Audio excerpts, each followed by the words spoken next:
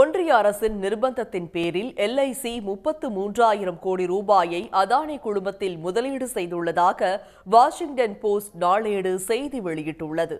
மக்கள் பணத்தை அதானி குழுமத்தில் முதலீடு செய்வதா என கண்டனம் தெரிவித்துள்ள காங்கிரஸ் நாடாளுமன்ற கூட்டுக்குழு விசாரணை நடத்த வலியுறுத்தியுள்ளது.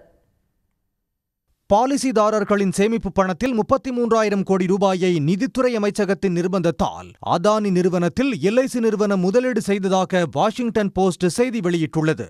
பெருந்தொகையை அதானியின் அம்புஜா சிமெண்ட் நிறுவனத்தில் முதலீடு செய்யுமாறு LICயை நிதித்துறை அமைச்சகம் வலியுறுத்தியதாகவும் அந்த நாளேடு தெரிவித்துள்ளது. அதானி குழுமத்தைச் சேர்ந்த அதானி போர்ட்ஸ் நிறுவனம் கடந்த ஆண்டு 15 ஆண்டு காலத்திற்கான 5,000 கோடி ரூபாய் மதிப்புள்ள கடன் பத்திரங்களை வெளியிட்டது. இதை LIC நிறுவனமே வாங்கியதாக வாஷிங்டன் போஸ்ட் நாளேடு சுட்டிக்காட்டியுள்ளது. அதானி குழுமம் இந்தியாவில் சூரிய மின்சக்தி ஒப்பந்தங்களை பெற்றுத்தர அமெரிக்க தொழிலதிபர்களிடம் முதலீட்டை பெற்று அதில் சுமார் 2,000 கோடி ரூபாயை இந்திய நிறுவனங்களுக்கு லஞ்சமாக கொடுக்க முயன்றதாக கடந்த ஆண்டு குற்றச்சாட்டு எழுந்தது. இதில் அதானி உள்ளிட்ட 8 பேர் மீது அமெரிக்க நீதிமன்றம் வழக்கு தொடர்ந்த போது அதானி குழுமத்திற்கான முதலீடுகள் வெகுவாக சரிந்தன. இந்த சூழலில் 33,000 கோடி ரூபாயை LIC நிறுவனம் அதானி குழுமத்தில் முதலீடு செய்திருப்பதாக செய்தியில் சுட்டிக்காட்டப்பட்டது.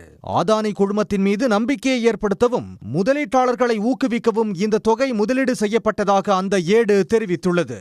இந்நிலையில் 30 கோடி LIC பாலிசிதாரர்களின் சேமிப்பு பணம் அதானி நிறுவனங்கள் பயனடையும் வகையில் தவறான முறையில் பயன்படுத்தப்பட்டுள்ளதாக காங்கிரஸ் கட்சி குற்றம் சாட்டியுள்ளது. அதானி குழும முறைகேடுகள் குறித்து நாடாளுமன்ற கூட்டுக்குழு விசாரணை நடத்த கோரி 3 ஆண்டுகளாக வலியுறுத்தி வருவதை சுட்டிக்காட்டியுள்ள காங்கிரஸ் பொதுச் செயலாளர் ஜெய்ராம் ரமேஷ் LIC மீதான புகாரை நாடாளுமன்ற பொது கணக்கு குழு விசாரிக்க வலியுறுத்தியுள்ளார்.